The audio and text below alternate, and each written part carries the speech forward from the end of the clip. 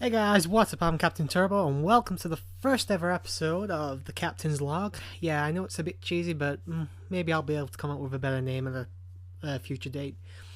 Anyway, this series is just going to be a little special thing I'll do. In case I want to talk about anything in particular, things like impressions, reviews, and thoughts and feelings on certain games and whatnot. And obviously, by the title of this episode, I'm going to be talking about three of the best known games on the Super Nintendo. In case you haven't read the title for whatever reason, that is The Legend of Zelda: A Link to the Past, Super Metroid, and the original Mega Man X game. Now, the reason I want to talk about these games is because until 2 months ago, in fact, it might be even less than that, I had never played any of these three games. Back in the day of the 16-bit consoles, I was primarily a Sega guy, and even then I only really played Sonic games on Sega. I had a couple others, like a couple Looney Tunes games and a few sport titles here and there. And you know, a few Disney ones as well, I think. And in the end, while I did actually have a Super Nintendo, my main, the main big, well, the big name games I have for that were Mario All Stars, Super Mario World, and the original Donkey Kong Country. And again, a few sport titles, and my cousin gave me that bobblehead Wayne's World game. So I missed out on a lot of what is now known as classic Super NES games. And I wanted to give my opinion on all three on all three of the individual games, because you know it's 2014 now and all that, and I'm just going to turn this up slightly. So the games have been out 20 years, if not close to that. You know, maybe give or take a year. I'm not exactly sure on the actual their release. In fact, why don't I get that up right now while I'm doing this? Because, like I said, this is more of a video blog. Well, not a video blog, an audio blog. But you know, I've got some time to just mess around, I suppose. Well, let's see. And the first one I'm actually going to talk about. Well, as I said, I actually own a physical copy of Link to the Past. I have the Game Boy Advance version. I got it off eBay back in August, actually, of last year, but I didn't really pick up and play it properly until the end of November. But Super Metroid and Mega Man X, I actually had to practice those because anyone that goes to my channel will know I take part in a lot of the Super LP Heroes races, and those are two of the races I've had to do. So, and I went into both of those games practically blind. A bit of practice beforehand, but the races themselves, I was practically blind. Mega Man X is the first one I'm going to talk about here, and I'm just getting up the release date. Mega Man X came out on December the 17th, 1993, according to Wikipedia. So, excuse me. So yeah, 21 years old. My experience with Mega Man X before the last month was back in like 2007, 2008. I played it for about, when I was on a bit of an emulator binge, I should say, before I realized it was illegal. I played Mega Man X. I tried it, I should say, for all of about 15 minutes, and to be honest, I didn't really like it. I enjoyed the music, I liked the graphics, but I don't know, I wasn't really in the mood to put much practice into anything. Like I said, I was more just trying everything out, and I didn't really find it interesting enough to pick up and play again. But as I said, about maybe 4 weeks ago, something like that, it was scheduled for a race for the Super LP Heroes, and I had about a week to practice, and excuse me, I fell in love with the game. I had to put more practice in than I had been, and at the end of the day, I'm very glad I did, because I found a game that I am quite literally annoyed that I never got to play as a kid. I'm ashamed that I did not give this game a chance back when I originally played it. And I'm sorry to say I never got to play it back in the day when I was a child, as I said. You know, as soon as you've picked up the game and you've mastered the basic controls, you can have fun with the game. You know, the bosses themselves aren't particularly all that difficult, especially if you have their weapon weakness. The levels themselves are a joy to play through. I love taking down enemies with power busts. I like the fact that you can gain power-ups and stuff. And I'm not a huge fan of non-linear, but I like the fact that you can go in any order you want. While I would rather have a path laid out for me, I suppose many people quite like that. Not exactly something I particularly enjoyed, but it is such a small thing that it really doesn't bother me. You know, the story doesn't really interest me, but the gameplay is solid. I absolutely, as I said, I love the music. I got to hear more and more of it, because I went through practically every level.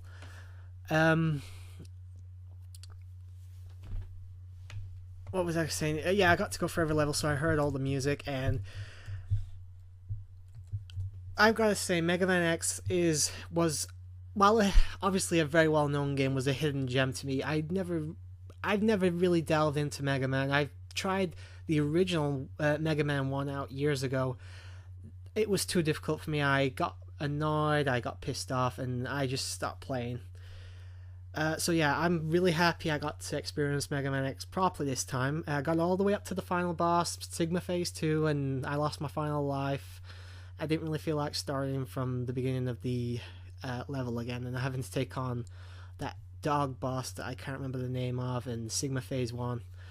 So, but yeah, in terms of Mega Man X, I'll probably definitely give some other Mega Man games a chance now, and I may very well end up doing a Let's Play of Mega Man X someday in the future. But obviously, I've got other stuff going on right now at the time of this recording, which I won't say what day it is, but at the time of this recording, I am currently in the middle of my Final Fantasy Dawn of Souls Let's Play. Oh, I should not middle. I've done 2 parts, and I've literally not very far in at all. I'm about 5% of the way into the game. But yeah, Mega Man X. Great game. Can't believe I waited so long to play it. And I look forward to trying out some of the other X series, and I may even give the original Mega Man series another chance. So that said, let's move on to our next game, Super Metroid. And once again, I've just got the Wikipedia page up so I can look at the release date, March 19th, 1994. So just shy of 20 years old.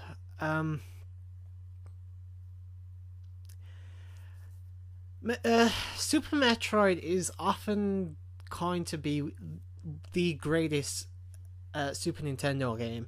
It's either that or A Link to the Past. A lot of people are a little on both sides with this. Let me put it this way. I discovered something I wasn't aware of with this when practicing this game. I don't like non-linear. I like been told where to go in a game. Now, I don't mind if I have, if I'm playing a game and I have the option to go somewhere and do like a side quest or something, or go exploring in a different direction. But when I have no idea where I'm supposed to go in terms of the main story and how to progress through the main game, this is not something I particularly enjoy. And it's one of the reasons I absolutely loathe the original Legend of Zelda on the NES.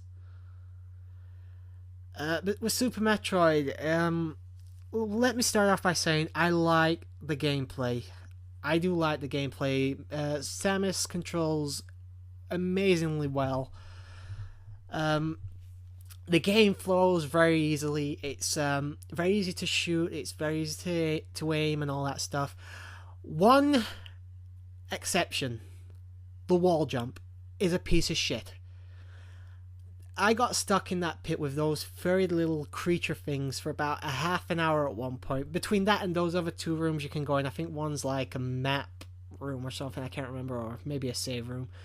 And then you have that room with all the spikes, and then you have that tiny room that's a vertical shaft, that's practically nothing but a vertical shaft. I was stuck down there for about 30 minutes because I could not pull off the wall jump. In the end, I had to restart the game because I could not perfect the wall jump. I could do it maybe once. I could not get it to work a second time. How people manage to sequence break with that thing is beyond my ability to comprehend. I don't know, it's just I went to Super Metroid right after playing Mega Man X, so I was used to the wall jump in Mega Man X. I knew how to do it. I couldn't exactly break sequence break properly with it, but I could at least perform it perfectly fine. Even now, because I'll be honest here, we haven't actually done the race. The race isn't scheduled for another 6 days. Long story short, the race was postponed. But Mega Man X put me into this mind of how easy a wall jump should be, but Super Metroid demands that you perfect the timing, and I don't have the patience for that. And it should not be that difficult. To be honest, the first time playing through, one of the reasons I was stuck for about a half an hour was I thought this was a power up you had to get. I thought the wall jump was something like the ice beam or the power beam or the grapple beam or whatever. I thought this was some kind of power up that you got at some point during the game. I didn't realize you had it from the first moment, because I'll be perfectly honest here, I think I watched 2 Let's Plays of Super Metroid, and they were both a couple of years ago, like 2-3 years ago, so I couldn't actually remember much about the game. But the wall jump did annoy me, and it did sadly take away from the game, because it's something that's not mandatory, but it's supposed to help you. It should not be that difficult to perfect. Wall jump aside, however, and obviously as I said, I'm not a fan of the non-linear style of the game. But the gameplay was absolutely solid. I'll be honest, I don't tend to listen to the soundtrack, obviously the music and the gameplay audio, while I'm practicing. I have my head doing other things like listening to podcasts or something like that. And so I can't really comment on the music, although from what I have seen from LPs and stuff, the music seems to fit as I said, I have watched them before, and what I do remember, the music seems to fit the setting, although it's not really my taste in music. The sound effects sound great and all that stuff, so I do remember how what the sound effects sound like. So the bosses are, in my honest opinion, tough but fair. They all have a obvious weakness you can exploit. They all have a pattern that you can exploit. I had a lot of trouble with that giant skull eye thing on the abandoned ship. I remember I had quite a bit of trouble with that. I couldn't avoid getting hit, let's put it that way. But my time with Super Metroid, if I could sum it up in one sentence, is enjoyable but flawed. You know, I honestly think you have to have a certain interest in non-linear games to enjoy this. I was kind of the same with Symphony of the Night, actually, which is obviously a Metroidvania type game. However, with it's not with Super Metroid, with Castlevania, you are, to an extent, I don't know how to put it other than it's easier in Symphony of the Night, because all the areas look really, really different, while Super Metroids all look somewhat similar. So, and I know you have the map and everything, but even with the map, it really doesn't help. I couldn't really remember where any spot locations were other than the ship you arrive on, and I only remembered the abandoned ship with obviously the ghosts, with the skull and eye thing, as I mentioned earlier. I only remember that just to the right of the beginning of the game, where you're on Samus's ship. But honestly, I don't see what the big deal is with Metroid. I like the game itself. The non-linear style, as I said, I wouldn't mind, but well, I do mind, but I prefer having the option of it being linear or non-linear. You know, be told where to go and that's where you head, but you can go other places if you want to. You know, I prefer direction a little bit more. So, in my honest opinion, the chance of you seeing me ever see me do a Super Metroid Let's Play are slim, but not. It's not a no. You know, it's not a definite no. But as I said, I would have to complete the game first, because I did actually. I think I got pretty far into the game. I got into, I believe it was Ridley's Lair, and then I got to that point where you take on that giant statue that's basically just a bigger version of the first boss that you fight in the game. You know, the one that just looks a bit like a bird and it basically just claws at you. But I took on the giant statue of that and I died, and to be honest, I gave up with practice then. But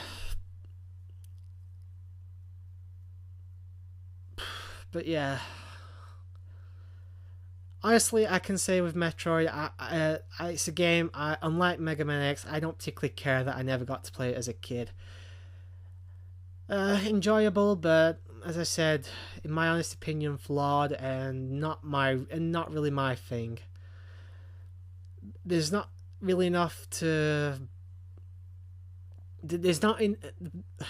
I don't know how to I don't really know how to put this. The graphics aren't powerful enough for me to tell the difference between one area and the next. At least not in any major way. You know, everything just looks like a slightly different colored version of the previous area that you were in. I mean, obviously, I can't remember the name of the area. Is it Marina or Maridna or something like that? Obviously, that place has a lot of water and everything, so that's easily remembered. But again, I couldn't tell you what's in that area, or like I'm in an area in Norfair. I could be in one room and I could have been playing for an hour and I could not tell you what's in the room to the right or the left of me unless I've just come from that room. You know, it's not.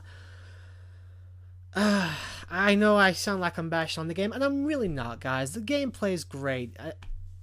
You know, Samus controls amazingly well, and as I said, other than the wall jump, the actual gameplay I have no issues with whatsoever. To sum this up then, so I can get on to the third and final game. Excuse me, I pulled my hair of them backs, and to sum this up, if you've like me have never played Super Metroid, I would definitely recommend you try it at least. You know, put maybe. However, I couldn't say just do an hour. Like I said, it's non-linear, so you know you're gonna get a little bit lost. Give it 2-3 hours. See what you think. Honestly, a good game, but one I really not a fan of. And with that said, and we're actually. Sorry, guys, just checking something. Anyway, with that said, guys, we're gonna head out and check out the last game that I want to give my impressions on. The Legend of Zelda: A Link to the Past. I will start this off by saying I am not a fan of the Zelda franchise.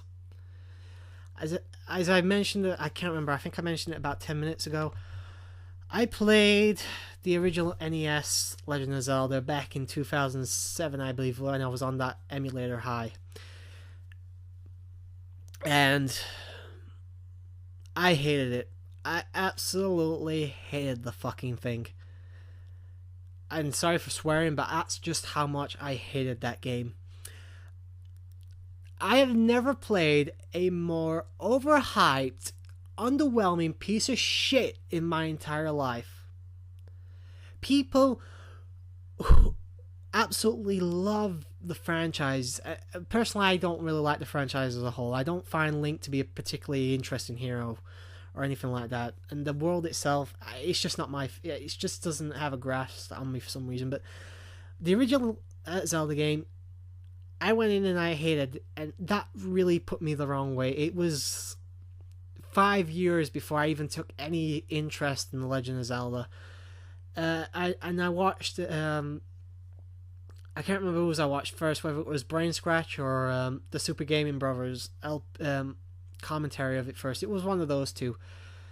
I can't remember which one first, but I watched the original LP, and I thought, I'll give the franchise another try. So back in August of last year, I bought 3 games off eBay. I bought Final Fantasy 5 and 6 for the Game Boy Advance, and I also got Legend of Zelda: A Link to the Past for the Game Boy Advance. Actually, I got a very good deal. I got them all for £18. Not individually, I mean altogether it was £18, which I was really surprised about because those games are hard to come by. So I get it and I will admit I was in the middle of playing Final Fantasy VII on the PSP at the time, so I didn't really try out any of the games for a long while. And then I think towards the middle, maybe the end of November last year, I eventually put in A Link to the Past. And so the story begins. Now I'm reading off Wikipedia again here. Link to the Past came out on November the 21st, 1991. So you're talking, what, 23 years, I think, something like that.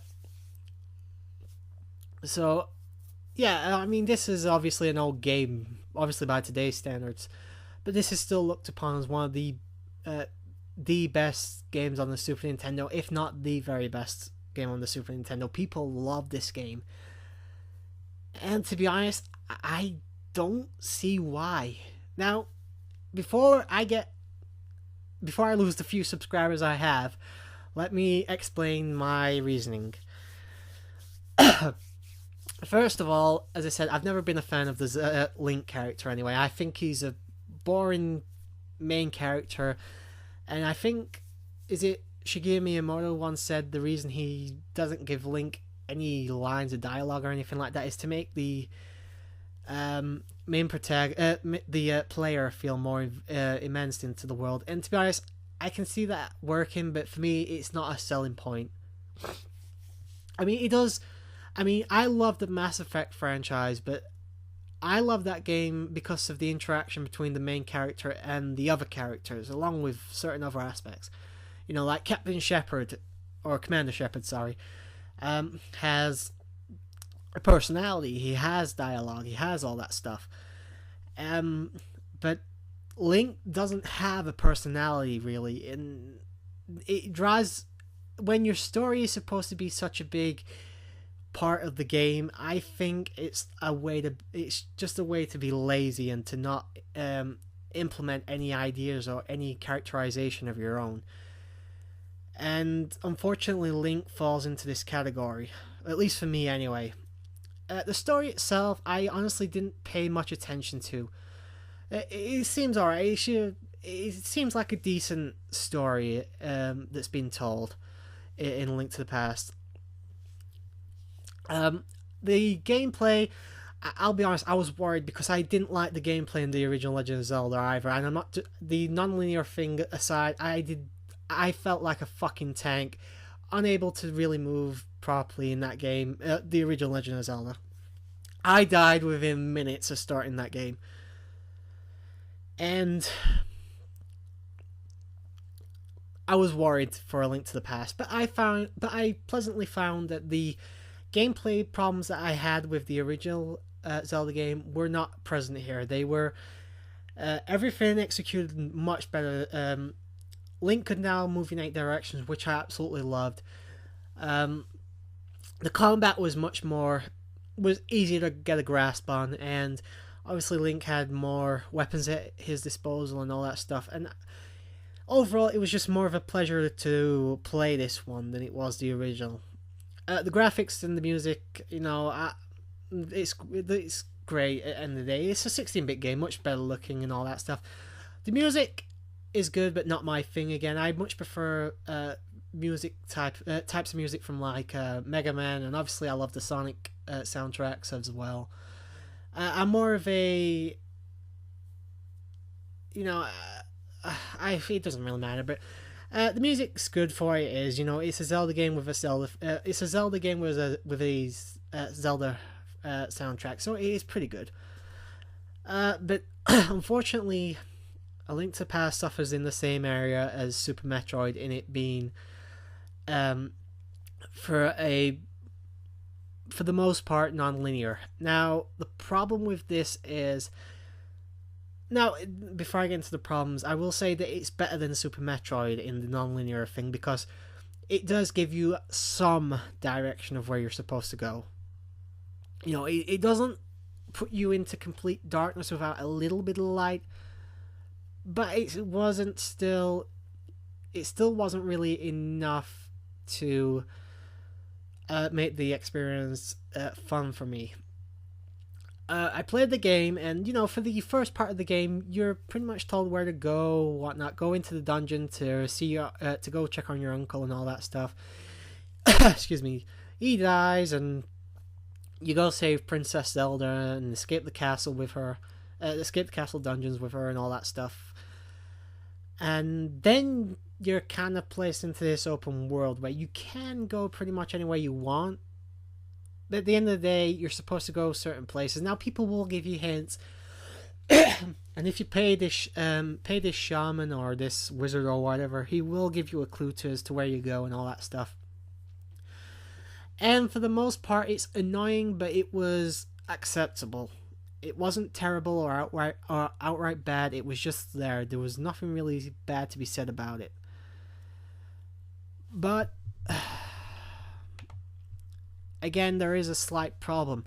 As soon as you get to the Dark World, I got lost because basically in the is it a temple? I think we'll just call it a dungeon. The dungeon at the top of Death Mountain, when you take on that wizard, you're supposed to, or something like that. You're supposed to, I might be getting completely confused here.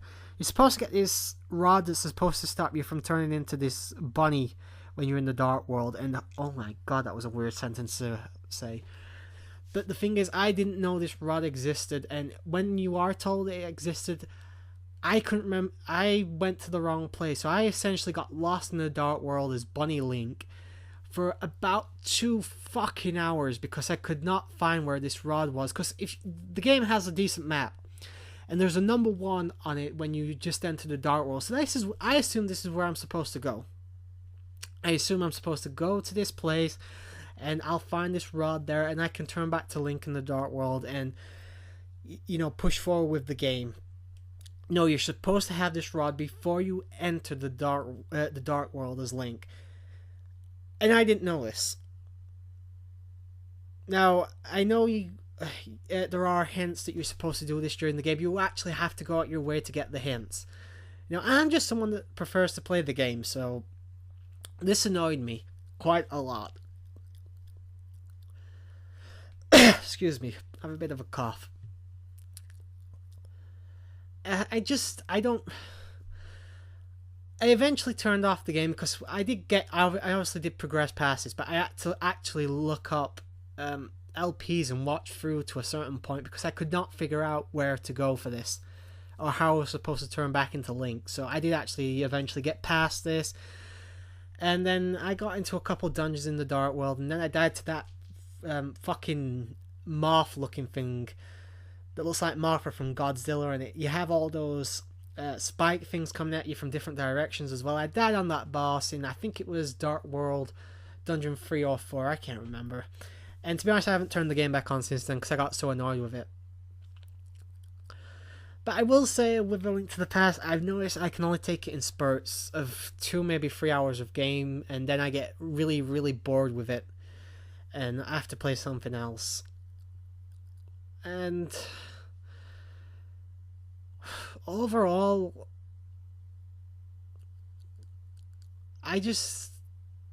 if playing Link to the Past has proven anything to me, it's that the Zelda franchise is just truly not meant for me. I give this game chances. I've played it quite a bit. I've played upwards of 30 to 40 hours easy altogether, but I can't say I've enjoyed all that time. I can't say I like getting lost. I can't say I like constantly having to look up on the internet where I'm supposed to go because I can't, figure out how to do something. And I don't know. I just feel quite disappointed with Link to the Past and Super Metroid to a slight extent as well, I suppose. At the end of the day, I suppose these games have such a legacy for a reason. I mean, don't get me wrong, none of these three games are bad games. In fact, I would say all three of... I love Mega Man X, as I said, I fell in love with that game. Super Metroid and Link to the Past, however, I can see good games. Hell, I've played them. They are good games. They play perfectly fine. But their design is just not something I personally enjoy, and I struggle to get any true enjoyment out of these games. And I don't know, it's just I don't really know what else to say, to be honest, guys. Both of those last two games I've been talking about were a bit of a disappointment for me. I suppose, if nothing else, I finally get to say I experienced them, and I did, for the most part, enjoy the gameplay that I got to play. Super Metroid, if that would have been a more linear experience, I would easily say I really enjoyed that game as well, and would definitely add it to a collection or something. Link to the Past, I know, is more of an adventure game, so I was expecting it to be non-linear, but I don't know, I still was a bit disappointed by it. But that is pretty much all I have to say on those three games. I will actually mention one more game before I leave this podcast, whatever the hell this is, off. I did also take part in the Wario Land race. Wario Land is essentially Super Mario Land 3 for the Game Boy Color, and I believe the original Game Boy as well. I enjoyed it for what I got to play. It's a pretty good platformer. God help anyone that played this on the original Game Boy, though. In the race that I actually took part in just last night, actually. Not last night, I think it was the day before yesterday, actually. I can't remember. I mean, not so good with time. But, I got up to the Ghost Boss, I believe it is, and I could not see it on the screen. Probably should, unfortunately, because of recording, I had to have the entire game on full screen, and I have a pretty big computer screen, like 24 inch or something like that. So it was actually more difficult to see the ghost enemy because of that, and I couldn't get any further than that, and well, the race was over anyway. But Wario Land, didn't get to hear the audio, so sadly I can't comment on it. The gameplay was fine. I have absolutely nothing against the gameplay whatsoever. Enjoyable experience. Probably will play it again at some point in the future. Don't know if I'll do an LP or not, but like I said, I haven't really got any big plans for it. But yeah, Super Mario Land 3, aka Wario Land, Wario Land, I can't remember. Enjoyable game. Anyway, guys, as I said, this is only episode 1. I'll probably do these again at some point in the future if I have something to say. Like I said, with these three games I've been talking about, they are some of the most hyped games on the Super Nintendo. They're some of the most beloved games for the Super Nintendo. This is why I wanted to do this have this little chat about them, because I finally got to experience them for the first time. I mean, yeah, 20 years after they originally came out, but next time I don't really know what I'm going to talk about. I have last year was the first time I got to play Final Fantasy VII, so I think that's going to be my next episode. I probably will go into a impressions video on Final Fantasy VII, which I have played all the way through. I did beat, and I'll do that next time, actually. So yeah, guys, next time when we... Oh no, I'm really gonna have to come up with something better. But next time on Captain's Log, we're gonna take a look at Final Fantasy VII and my impressions of it. I hope you guys enjoyed this video and had some fun going into my insight into the game and my impressions and my personal opinion of the game. As I said, all this is personal opinion. If you like these games, good for you. There's really nothing bad about them per se. They're just not my thing. But I've been talking for nearly 35 minutes now. My mouth's going a bit dry. And I'm going to leave it off here. So, as always, guys, hope you guys enjoyed this. And I'll see you next time with the next episode. And don't forget to go and check out some of my LPs as well. Also, go check out the Super LP Heroes for my races as well as the others. And maybe go check out the other racers' channels and all that stuff. So until then, guys, good night.